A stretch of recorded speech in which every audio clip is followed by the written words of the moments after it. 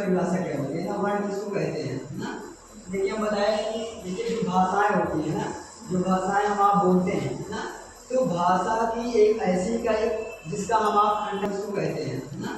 देखिए हम बताए कि जैसे जो भाषाएं होती है ना, जो भाषाएं हम आप बोलते हैं ना, तो भाषा की एक ऐसी इकाई जिसका हम आप खंडन ना कर सकें ना, जिसको यानी हम आप अलग ही ना कर सकें, वही हमारा क्या होता है, वर्ण होता है ना। अगर कोई आपसे पूछता है कि वर्ण किसे कहते हैं तो आप लिख सकते हैं ना, भाषा की वह इकाई जिसका खंडन न किया जा सके।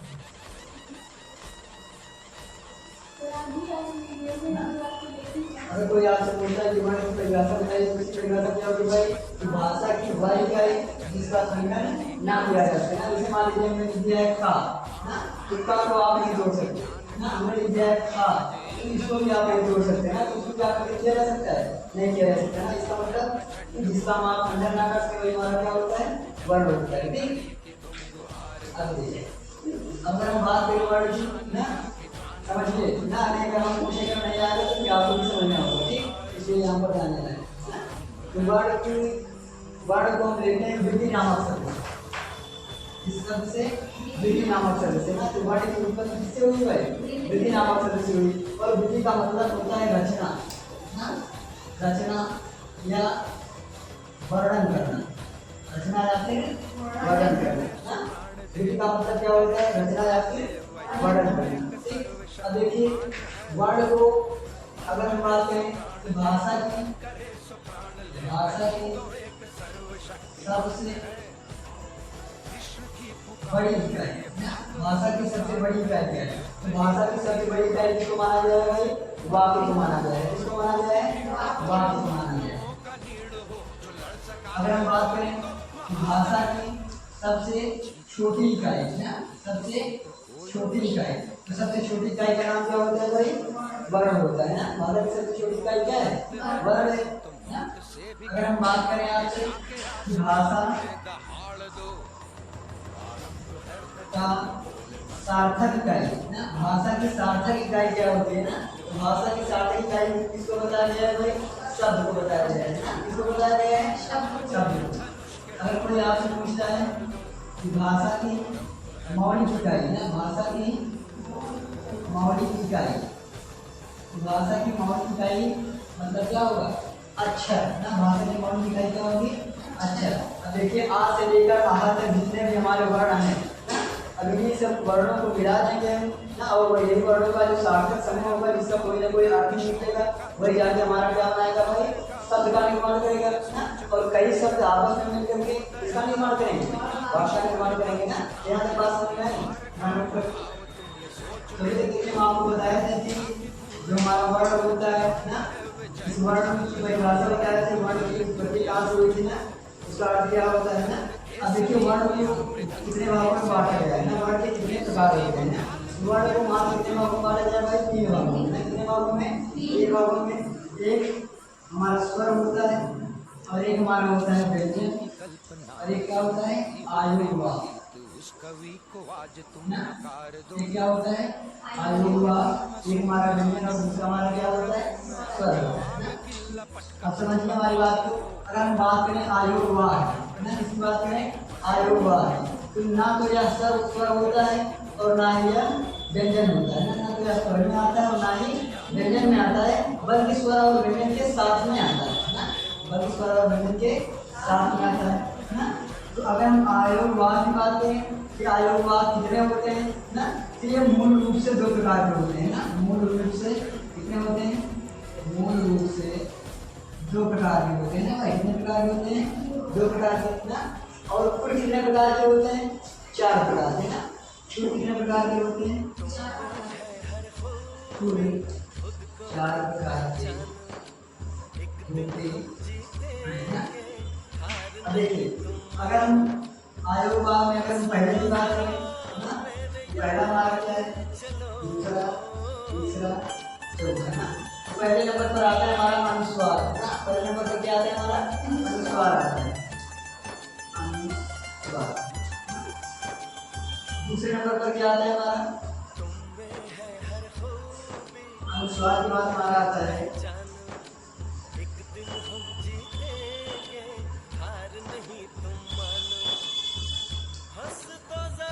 विग्रह ना, क्या आता है भाई विग्रह आता है ना। विग्रह का मतलब आप इस तरीके से इसको आप ये भी कह सकते हैं ना कि विग्रह के बाद आता है आपका हलंत आ जाता है। क्या आ जाता है हलंत आ जाता है। ठीक, अगर हलंत के बाद चौथे में अगर हम बात करें ना तो 4 नंबर पर क्या आ जाता है हमारा चंद्र बिंदु आ जाता है। क्या आ जाता है चंद्र बिंदु आ जाता है ना। तो भाई आयोग कितने प्रकार के हुए अनुस्वार विग्रह हलंत और चंद्र बिंदु। अनुस्वार विग्रह और हलंत और चंद्र बिंदु। अनुस्वार का मतलब क्या होता है जहाँ पर अंक की मात्रा हो ना, जैसे मान लीजिए हमने कह दिया मयंक ना या फिर पंकज ना। देखिए यहाँ पर अंक की वृद्धि लगी कि नहीं लगी, कि हमारे क्या हो जाएंगे सर अनुस्वार हो जाएंगे ना। मान लीजिए हमें हलंत की बात करते हैं कि हलंत किसको कहते हैं ना, हलंत क्या होता है ना। तो हलंत का मतलब होता है जैसे मान लीजिए हमको लिखना होगा चट्टान ना, चट्टान। देखिए क्या में हलंत है कि नहीं हलंत ना। लिखना होगा हमको आपको मिट्टी ना, देखिए क्या में हलंत है कि नहीं हलंत। ये हो गए हमारे हलंत वाले ना।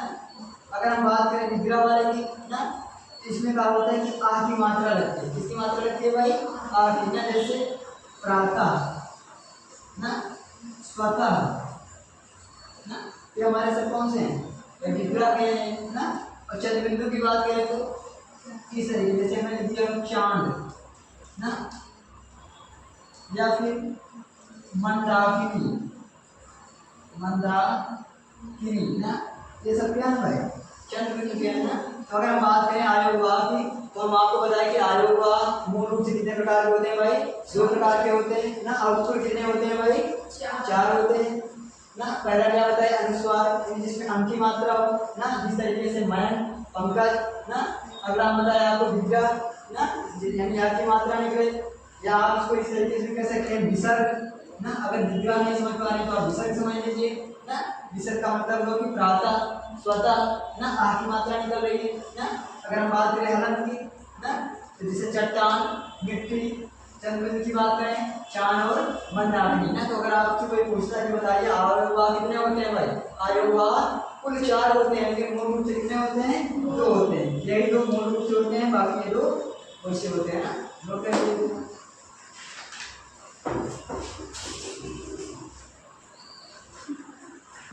नंबर आता है किसका स्वर का ना, जाने की स्वर क्या होता है ना भाई। अभी तक हम चर्चा किए थे वर्ड के बारे में। तो वर्ड कितने प्रकार के होते हैं भाई 3 प्रकार के होते हैं। एक हमारा स्वर आ जाता है, एक व्यंजन, और दूसरा हमारा क्या रहता है आयोगवाह। आयोगवाह के प्रकार बताए ना। तो हम चर्चा किसी करेंगे भाई स्वर की ना। देखिए स्वर जो होते हैं इनकी उत्पत्ति स्वतः होती है ना। इनकी उत्पत्ति कहाँ पर होती है स्वतः, यानी अपने आप से ना। जिनकी उत्पत्ति वर्णमाला में स्वतः हो उसे स्वर कहते हैं ना भाई। अगर हम बात करें स्वर के कितने प्रकार होते हैं, स्वर को कितने भागों में बांटा गया है, तो मात्रा के आधार पर स्वर को कितने भागों में बांटा गया है 3 भागों में। कितने भागों में बांटा गया है भाई 3 भागों में ना। एक हमारा होता है ह्रस्व स्वर ना, एक हमारा होता है दीर्घ स्वर, एक हमारा होता है प्लुत स्वर ना, प्लुत स्वर ना, और एक हर्ष स्वर, एक दीर्घ और एक प्लुत ना। अब देखिए इसी हर्ष वाले में या कैसे होता है एक मात्रिक होता है। कैसे होता है भाई एक मात्रिक। ये कैसे होगा द्विमात्रिक, और ये कैसे होगा त्रिमात्रिक ना। तो अगर हम हर्ष की बात करें ये एक मात्रिक होता है। कैसे होता है एक मात्रिक होता है, और इसी को हम लघु के नाम से भी बोलते हैं लघु स्वर ना। कोई आपसे पूछता है कि लघु स्वर किसे कहते हैं, यही हर्ष वाले को कहेंगे ना। और इनके अंतर्गत आता क्या है छोटा ई उ और साथ में री ना, आ ई उ री। ये किसके अंतर्गत आ जाते हैं भाई हर्ष स्वर के अंतर्गत आ जाते हैं ना। अगर हम बात करें दीर्घ स्वर की ना, तो ये दीर्घ स्वर में कैसा होता है भाई द्विमात्रिक होता है ना। ये कैसा होता है भाई द्विमात्रिक होता है ना। और इसको हम किस नाम से जानते हैं दीर्घ स्वर के नाम से जानते हैं, इसको हम दीर्घ पढ़ते हैं ना। अब इसमें देखिए क्या आता है भाई, इनको आप छोड़ दीजिए, आप आ इसमें ले लिए, यानी इसका मतलब आ, बड़ी, बड़ा ओ और औ ना, ये सब किसमें आ जाते हैं, दीर्घ स्वर में आ जाते हैं ना। और ये जो प्लुत स्वर होता है इसको हम विशाल स्वर के नाम से भी जानते हैं। किस स्वर के नाम से जानते हैं, विशाल स्वर के नाम से जानते हैं ना। और इसके अंतर्गत क्या आ जाता है, ओम ना, इसके अंतर्गत क्या आ जाता है, ओम आ जाता है ना। यहाँ तक बात समझ में आई। भाई हम बताए कि हर स्वर एक मात्रिक होगा, दीर्घ द्विमात्रिक होगा और प्लुत कैसा होगा, त्रिमात्रिक होगा। कैसा होगा भाई, त्रिमात्रिक होगा ना। अब लघु इसी को बोलेंगे, दीर्घ इसको बोलेंगे और इसको विशाल स्वर बोला जाता है ना। अब समझिए, जैसे मान लीजिए आपके पास है आ ना, ई, उ, री ना, इनका हम एक एक लिखते हैं। क्या लिखते हैं भाई, एक एक। पहले लिखेंगे क्योंकि ये कैसा स्वर है भाई, हर्ष स्वर यानी लघु है ना।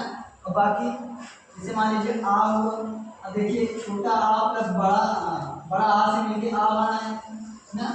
अगर बड़ी ई की बात करें ना, ई प्लस ई बराबर मिलके बनी है बड़ी ना। ऊ की बात करें ना, या फिर मान लीजिए हम अगर ए की बात करें ना, ए किससे मिलकर बना है, आ से और ए से मिलकर बना है ना। अगर हम बात करें ओ की, ये किससे मिलकर बना है, ओ से ना, और किससे मिलकर बना है, आ से। आ और ओ से मिलकर ओ बनता है, आ और ए से मिलकर ए बनता है ना। ये और ये मिलकर बड़ी ही बनती है। छोटा और छोटा मिलकर किसका निर्माण करते हैं भाई, बड़ा आ का निर्माण करते हैं ना। अब देखिए इसको छोड़ने के बाद जितने भी हमारे बड़ा आ, बड़ी ऊ ना, ए, आई, ओ, आओ ना, ये सब कैसे होते हैं भाई, दीर्घ होते हैं ना। कैसे होते हैं, दीर्घ होते हैं। इनको ऐसे प्रदर्शित करते हैं ना, इनकी मात्रा का वर्ग कितना होता है भाई, 2 होता है ना। अब देखिए समझिए हमारी बात। अब जैसे मान लीजिए कि छोटा आ छोटा मिलके बड़ा आ बना दिया है ना, छोटी छोटी मिलके बड़ी बना दी है, छोटा ओ मिलके क्या बना दिए हैं, बड़ा ओ बना दिए हैं ना। तो ये सब कैसे हैं, सजातीय स्वर होते हैं। इनको बोला जाता है सजातीय स्वर। ये कैसे हैं भाई, सजातीय हैं। देखिए ये खुद से मिलके बने हैं, वही चीज बार बार रिपीट हुई है ना। देखिए छोटी छोटी मिलके किसका निर्माण कर दिया है, बड़ी का। छोटा मिलके बड़ा हो, तो देखिए सेम है कि नहीं है दोनों। इनको हम क्या बोलेंगे, सजातीय बोलते हैं ना। जैसे मान लीजिए हमने ए की बात की है, ओ की बात की है, औ की बात की है ना। या फिर अगर हम ओ की बात करें, ओ किससे मिलके बनता है, आ और ऊ से मिलके बन जाता है ओ ना। अगर बात करें ए की, आ और ई से मिलके बनता है क्या हमारा, ए बनता है। तो अगर हम इनकी चारों की बात करें, ये कैसे होंगे भाई, विजातीय होंगे। कैसे होंगे, विजातीय। देखिए छोटा आ और छोटा आ, ये दोनों देखिए सेम है। अगर सेम है तो ये कैसे हुए, सजातीय हुए ना। और इसमें अलग अलग है, यानी किसी की सहायता से मिलके बने हैं, ये कैसे हो गए, विजातीय हो गए। याद है बात समझ में आई कि भाई हर स्वर क्या होता है, आई होगी, दीर्घ ये होता है, प्लुत ये होता है। याद है बात समझ में आया, नोट कर लीजिए। के आधार पर देखेंगे कि स्वर कितने प्रकार के होते हैं। हमारे 3 प्रकार के होते हैं, एक हमारा हर स्वर होता था, एक दीर्घ होता था और एक कौन सा होता था, हमारा प्लुत होता था ना। अब हम किसके आधार पर देखेंगे, कोड के आधार पर ना। किसके आधार पर, कोड के आधार पर ना। अब देखिए एक होता है हमारा वृत्ताकार ना, और एक हमारा होता है अवृत्ताकार ना। एक हमारा होगा वृत्ताकार और दूसरा हमारा क्या होगा, अवृत्ताकार ना। अब देखिए वृत्ताकार में क्या आ जाता है हमारा, जैसे उ। देखिए आप जब आप अगर उ बोलेंगे, देखिए आपके उ जो है आपस में सुनना चालू हो जाते हैं ना, उ ना, उ होगा ना। और बड़ा उ होगा ना। आप ओ बोलिए, ओ ना, ओ भी होगा और क्या होगा, औ भी होगा ना। ओ भी होगा और क्या होगा हमारा, औ भी होगा ना। अगर हम आवृत्ताकार की बात करें, जितने भी जब शेष बच रहे हैं ना, वो सब किसमें आ जाएंगे, आवृत्ताकार में। जैसे बड़ा ई, बड़ी ना, ऊ, छोटा ऊ भी नहीं आएगा ना, फिर बदलता आ जाएगा। आया, ई आया, ई आया, ए आएगा, आया आएगा, आम आएगा, आ आएगा ना। ये कहने का मतलब इन चारों को छोड़ के जितने भी शेष बच रहे हैं सब किसमें आ जाएंगे, आवृत्ताकार में आ जाएंगे ना। यहाँ तक बात समझ में आ रहा है। अब इसी तरीके से जीवा के आधार पर क्या होता है ना, जीवा जीवा के आधार पर। जीवा का मतलब समझते हो ना, जीवा का मतलब होता है जीव के आधार पर, जो जीव की सहायता से बोले जाते हैं ना। तो जीव के आधार पर 3 भागों में इनको बांटा गया है। कितने भागों में बांटा गया है भाई? 3 भागों में बांटा गया है। कौन कौन सा? एक अग्रस्वर, अगले भाग से जो हम बोलते हैं ना, और एक मध्य और एक पश्च ना। अग्र का मतलब आगे वाला, मध्य का मतलब बीच वाला ना, और पश्च का मतलब क्या होता है? पीछे वाला ना। अब देखिए जो आ है ना, आ मध्य भाग से बोलते हैं। किसे बोलते हैं भाई? मध्य भाग से बोलते हैं आ ना। अब देखिए अग्र, जैसे ई हुआ ना, क्या हुआ? ई हुआ ना भाई। छोटा आ किसमें आ जाता है? मध्य भाग में आ जाता है। अगर हम बड़े आ की बात करें तो किसमें आ जाता है? पश्च भाग में। आ देखो पीछे तक आ जाएगा ना। अगर हम ई की बात करें या बड़ी ई की बात करें ना, ये किसमें आ जाता है? अग्र में आ जाता है। ऊ की बात करें ना या बड़े ऊ की बात करें तो ये सब किसमें आ जाएगा? हमारा अग्रस्वर में आ जाएगा ना। देखो ई ऊ देखो आगे बोले ना, तो देखो ए, देखो पीछे तक जा रहा है कि नहीं जा रहा है? ए आई ओ और औ, यहाँ तक समझ में आया? तो अगर हम बात करें कोण के आधार पर, तो कोण के आधार पर स्वर को 2 भागों में बांटा गया है ना, एक वृत्ताकार और एक अवृत्ताकार में ना। जीवा के आधार पर, जीव के आधार पर 3 भागों में बांटा गया है। एक तो हमारा अग्र आएगा और दूसरा हमारा क्या आएगा? मध्य आ जाएगा, और तीसरा हमारा क्या आ जाएगा भाई? पश्च आ जाएगा ना। यहाँ तक बात समझ में आई? यहाँ तक इतना कंप्लीट करो। मुख के आधार पर स्वर को 4 बराबर भागों में बांटा गया है। कितने भागों में बांटा गया है? 4 बराबर भागों में। जैसे नंबर 1 हमारा क्या आ जाता है? 1 2 3 4 ना। नंबर 1 आता है हमारा समृद्ध। क्या आता है? समृद्ध। समृद्ध का मतलब ये होता है कि जिसमें आपका मुंह कम खुले ना, इसमें मुंह कम खुले। जैसे ई, बड़ी, री, ऊ और बड़ा, ये किसके अंतर्गत आ जाएंगे भाई? समृद्ध के अंतर्गत आ जाएंगे ना। अगर हम बात करें विवृत, समृद्ध के बाद नंबर आता है विवृत का। तो विवृत का मतलब होता है कि जिसमें मुंह पूरा पूरा खुल जाए। जैसे आ ना, जो पूरा पूरा है ना, आ ना, ये हमारा किसके अंतर्गत आ गया भाई? विवृत के अंतर्गत आ गया ना। अगर हम जैसे बात करें अर्ध समृद्ध ना, अर्ध समृद्ध ना, अर्ध समृद्ध की अगर हम बात करें, देखिए अर्ध समृद्ध का मतलब होता है कि मुंह आधा खुलता है ना। जैसे आ ना, ए, देखो आधे खुल रहा है, ए ना, ओ ना, ये किसके अंदर का आ गया? अर्ध समृद्ध के अंदर ना। और एक आता है हमारा अर्ध विपरीत ना, एक आता है हमारा अर्ध विपरीत, जिसमें क्या होता है कि आधे से भी ज्यादा खुलता है। जैसे आए ना, देखो आधे से ज्यादा खुला है, ए आए ना, ज्यादा खुला है नहीं खुला है? ओ, ये नाम क्या आ गया हमारा? आओ ना। तो मुंह के आधार पर इतने भागों में बांटा गया है। यहाँ तक बात समझ में आ रही है? और इसी तरीके से अगर हम बात करें व्यंजन की ना, तो व्यंजन जो होते हैं किसकी सहायता से बोले जाते हैं भाई? स्वर की सहायता से बोले जाते हैं ना। देखिए इसमें जो वर्ण स्वर की सहायता से बोले जाए ना, उन्हें व्यंजन कहते हैं ना। उन्हें क्या कहते हैं भाई? व्यंजन कहते हैं ना। अब व्यंजन के भी प्रकार होगा ना, कि व्यंजन कितने प्रकार के होते हैं ना। जैसे मान लीजिए हमने आपसे पूछ लिया कि ऊष्म व्यंजन क्या होते हैं। ऊष्म व्यंजन ना, ऊष्म व्यंजन नहीं, जब आप इनको बोलेंगे ना तो इनमें आपने यहाँ पे से यहाँ पर ऊपर टाइप का पढ़ा है ना। जैसे सा ना, सा, हा ना, सीधी वाला सा। तो ये सब कौन से व्यंजन है भाई? ऊष्म व्यंजन है ना। ये सब कौन से व्यंजन है भाई? एक होता है हमारा अंतस्थ व्यंजन ना। क्या होता है हमारा? अंतस्थ व्यंजन। जैसे या, रा, ला, वा, ये सब कौन से है भाई? अंतस्थ व्यंजन है ना। यहाँ तक बात समझ में आ रही नहीं है? यहाँ तक नोट कर लो भाई। दो आप पढ़े थे ना, दो कौन से पढ़े थे? पहला नंबर को किसका बताए थे? उस व्यंजन बताए थे ना, सा सा वाला ना। तो उसी कड़ी में किसका नंबर आ जाता है? स्पर्श व्यंजन का आ जाता है ना। इसका नंबर आ जाता है स्पर्श का आ जाता है। तो देखिए जितने भी हमारे का से लेकर ज्ञा तक हैं, का से लेकर ज्ञा तक जितने भी हैं ना, सभी व्यंजन कौन से व्यंजन कहलाते हैं भाई? स्पर्श व्यंजन कहलाते हैं ना। अगर हम बात करें उच्छिष्ट व्यंजन की, तो देखिए जो हमारा डा होता है और जो हमारा ढा होता है, ये हमारा किस व्यंजन के अंतर्गत आ जाता है भाई? उच्छिष्ट व्यंजन के अंतर्गत आ जाता है ना। और इसी तरीके से एक हमारा होता है संयुक्त व्यंजन ना। कौन सा व्यंजन भाई? संयुक्त व्यंजन ना। जैसे देखिए छा ना, भाई छा किसी किसी मिलकर बना है का और सा से, का और सा से। पहला शब्द इसमें जो पहला वर्ण होगा वो कैसे होगा? हलंत नुमा होगा ना। जैसे हमने कह दिया त्रा, तो त्रा किससे मिलकर बना है? ता से और रा से ना। हमने कह दिया ज्ञान, तो ज्ञान में देखिए जब आप ज्ञान बोलते हैं तो देखिए कहीं ना कहीं आपको जा की झलक दिखती है कि नहीं दिखती है? तो जा भी है और क्या है? आ भी है ना। तो समझ में आया भाई? उच्छिष्ट व्यंजन में डा आता है, आस्पर्श व्यंजन में का से यहाँ तक आएंगे ना, और संयुक्त व्यंजन में ये सारी चीजें आएंगी ना। यहाँ तक बात समझ आई है?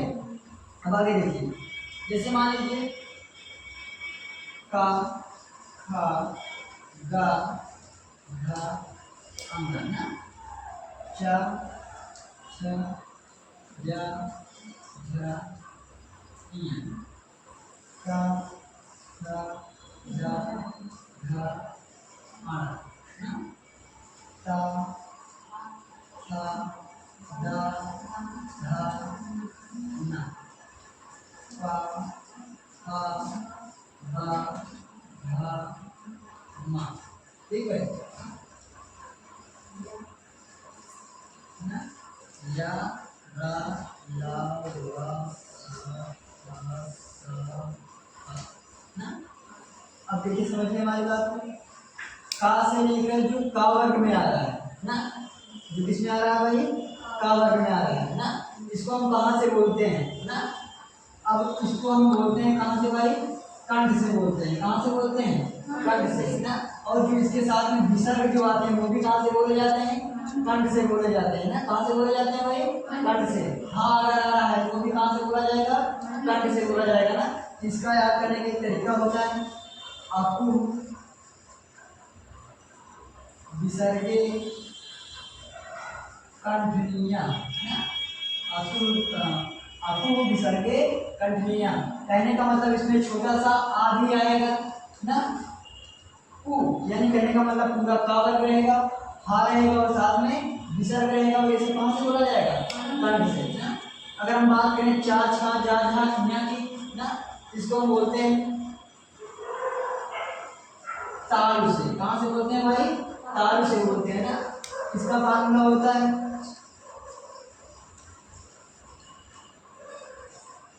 ताल नहीं बल्कि मूर्ध से बोलते हैं। कहाँ से बोलते हैं? मूर्ध से ना। इचु, यसाम, मूर्धा ना। इचु, यसाम, मूर्धा। इसका कहने का मतलब होगा कि भी आएगा इसके साथ में, चार के सारे वर्ग आएंगे ना, और आना भी आएगा ना, और सा भी आएगा। देखो सारी जगह नहीं लिखा है ना। एक हाथ बोले जाएंगे मूर्ध से ना। अब देखिए जो टा वर्ग है ना, टा देखो हमारे कहीं ना कहीं हमसे आपसे टकरा रहे हैं। देखो टा ना, तो ये कहाँ से बोले जा रहे हैं? ताल से बोले जा रहे हैं। देखो ना, कहाँ से बोले जा रहे हैं भाई? ताल से बोले जा रहे हैं ना। इसका होता है ऋतु,